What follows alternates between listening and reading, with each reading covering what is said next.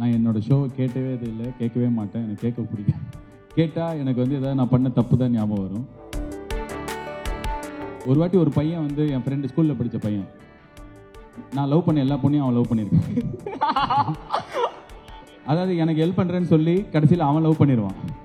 So அந்த பையனை பற்றி சொன்னேன். உங்கள் லைஃப் ஜேர்னியை ஒரு பாட்காஸ்ட் எபிசோட் டைட்டிலாக டிஸ்கிரைப் பண்ணால் அது என்ன டைட்டிலாக இருக்கும்? இப்படிலாம் திடீர்னு கேட்டேன்னா நான் என்ன எனக்கு கோன் பண்ண க்ரோத் அப்படிலாம் யோசிக்க முடியாது. கிரியேட்டிவிட்டி கொஞ்சம் ஏதாவது யோசிச்சா வரும். அப்படிலாம் இல்லைடா, எனக்கு தெரியல. என் லைஃபே வந்து ஒரு பாட்காஸ்ட்டுக்கு டைட்டிலாவா? ஆமாம், இந்த நாளைக்கு ரெக்கார்ட் பண்ணுவேன்ல, அப்போ சொல்கிறேன் சரியா? இப்போ டக்குன்னு நீ கேட்டோன்னே வரல. பின்னாடி ஒரு பையன், பாடுறான். அந்த பையனை தானே எனக்கு ரொம்ப பிடிச்சிருக்கு. ஜிம் போயிட்டு வரான்டா. அவங்ககிட்ட மைக் கொடுங்க. உன் பேர் என்னப்பா? இந்த லைஃப் இஸ் அ பை. இப்போ நீ கேள்வி கேட்டியே, லைஃப் ஆஃப் பை. ஸ்ரீதரன், நாளைக்கு சொல்கிறேன் உனக்கு. ஹாய்டா. ஹாய்டா. வெங்கட். ஹாய் வெங்கட்.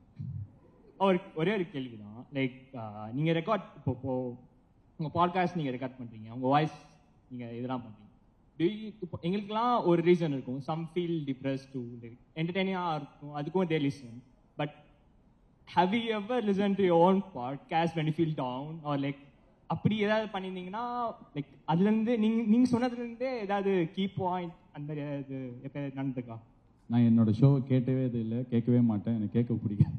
கேட்டால் எனக்கு வந்து ஏதாவது நான் பண்ண தப்பு தான் ஞாபகம் வரும். இப்போ பேர் மாற்றி சொல்லியிருக்காங்கன்னு அந்த பையன் கேட்டான்ல, ஸோ யாரை பற்றி சொல்லியிருக்கோன்னு யோசிச்சு அவங்க மேலே வெறி ஆகும். ஸோ நான் என் ஷோ கேட்டதே இல்லை. நான் கிராஸ் டாக் பண்ணுறதுலேருந்து எனக்கு என் ஷோ கேட்குறது அவ்வளோ பிடிக்காது. ஒரு மாதிரி நான் பண்ண தப்பு. அதே மாதிரி தான் நான் இப்போ படம் எடுக்கிறேன் அப்படின்னா, இப்போ இருக்கிற எல்லா டைரக்டர்ஸும் வந்து மானிட்டர் வச்சுப்பாங்க, ஸ்பாட்டில் ஒரு எடிட்டர் வச்சுப்பாங்க. அந்த ஸ்பாட் எடிட்டிங் அது பேர். அதாவது கூடவே ஒரு எடிட்டர் வச்சு அன்றைக்கி என்ன சீன் எடுத்தாமோ அந்த சீனை வந்து ஒரு வாட்டி ஃபுல்லாக பார்த்துட்டு ஏதாவது குறை இருக்கா, ஏதாவது சேஞ்ச் பண்ணுமா அப்படிலாம் பண்ணுவாங்க. நான் வந்து அந்த ஸ்பாட் எடிட்டிங்கும் பார்க்க மாட்டேன், படம் எடுக்கும்போது எடிட்டும் பார்க்க மாட்டேன். ஏன்னா எனக்கு பதட்டமாகும்.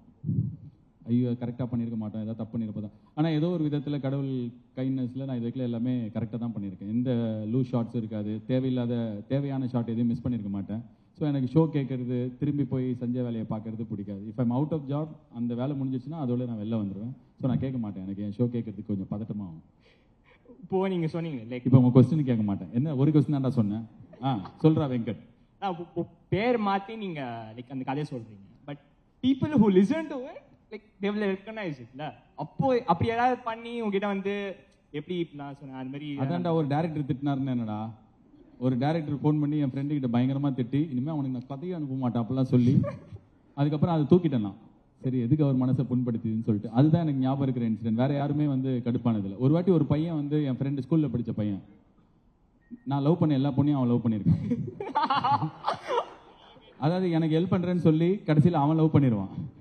ஸோ அந்த பையனை பற்றி சொன்னேன். அவன் இப்போ அமெரிக்காவில் இருக்கான். வச்சு என்னை பற்றி தான்டா சொன்னேன் அப்படின்னு பெருமையாக கேட்டான்.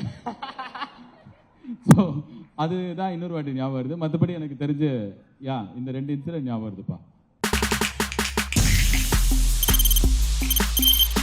தவிர்க்க முடியாத தம்ப்நெயில்ஸ், கலக்கலான கண்டென்ட்ஸ், சினிமாவும் சீரியஸ் பிரச்சனைகளும், பல வருடங்கள் இடைவெளிக்கு பிறகு இந்த படத்துல ஒரு கலகலப்பும் கைகலப்பும்.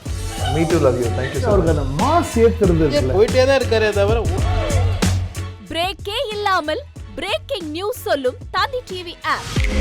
இன்ஸ்டா தலைமுறை வரை இறங்கி அடிக்கும் தந்தி டிவியின் டிஜிட்டல் எக்ஸ்க்ளூசிவ்.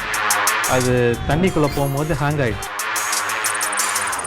உங்களுக்கு விஜய் சார் எந்த அளவுக்கு ரொம்ப பிடிக்கும்? Of course, Malayalis are huge Vijay sir fans. ரெண்டு பேருமே ரொம்ப பிடிக்கும் எனக்கு.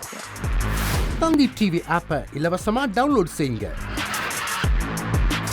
ஃபாலோ பண்ணுங்க, சப்ஸ்கிரைப் பண்ணுங்க, என்ஜாய் பண்ணுங்க.